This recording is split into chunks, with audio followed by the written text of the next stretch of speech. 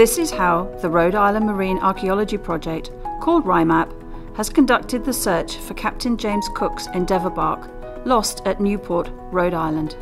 So Cook's legacy still lasts. The fact that his ship could be potentially here, and the ship itself has an interesting history. It started off as a coaling ship, then belonged to the Royal Navy, then sold back as a transport.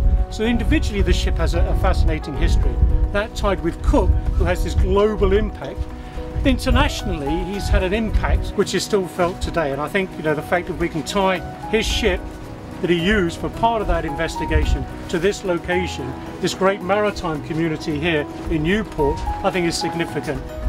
Of course, Australia has a very strong interest in Endeavour because of its association with Captain James Cook, who had a very famous series of exploratory expeditions, the first of which aboard Endeavour included the first known European sighting and exploration of the east coast of Australia. So from a national perspective, this is quite important to Australia and to Australians.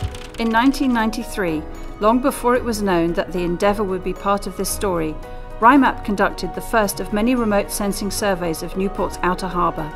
These efforts were to find the British transport ships scuttled there in 1778, ships that were important to the American Revolution in Rhode Island. By 1999, RIMAP had published the documents to prove that Captain James Cook's Endeavour had come to Newport as a British transport named the Lord Sandwich. The Lord Sandwich was among those scuttled here in 1778. This announcement generated great international interest, and the Australian National Maritime Museum took particular notice. The Australian government is very, very interested, indeed very passionate about the work that's going on here in Rhode Island, not surprisingly. This is a very important project for Australia, particularly for the Australian National Maritime Museum. And as a national institution, we tend to focus on Australian heritage beyond Australia, however. And this is why the RIMAP project is of particular interest to us. But also it's a project which speaks a lot about the passion there is between our two countries. Historic documents indicated where the transports had been sunk, and two of these 18th century sites had previously been found, so RIMAP studies began with them. The first site studied was one of the two ships scuttled to block the narrow passage at the north end of Newport's outer harbour.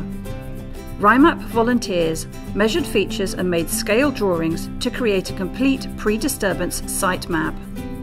The second site studied is an 18th century shipwreck, and although it is near the shore, it may be a British transport too, and because it is well known, this site was badly disturbed by previous visitors.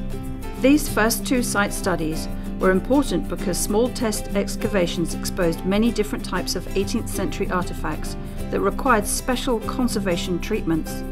Therefore, further excavations have been delayed until RIMAP can develop a proper artefact management and storage facility.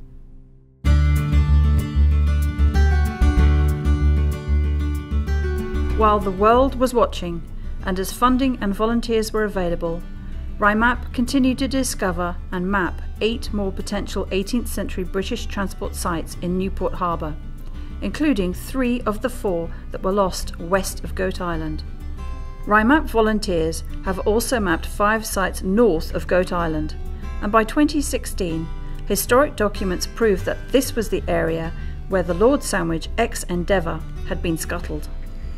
This work has been slow because it is done by volunteers with limited financial support and under local conditions that make the diving fieldwork difficult. In the future, RIMAP must identify which site is which ship. That will take an artefact management facility to conserve and display the historic artefacts from the ships, and possibly materials from the Lord Sandwich ex-Endeavour.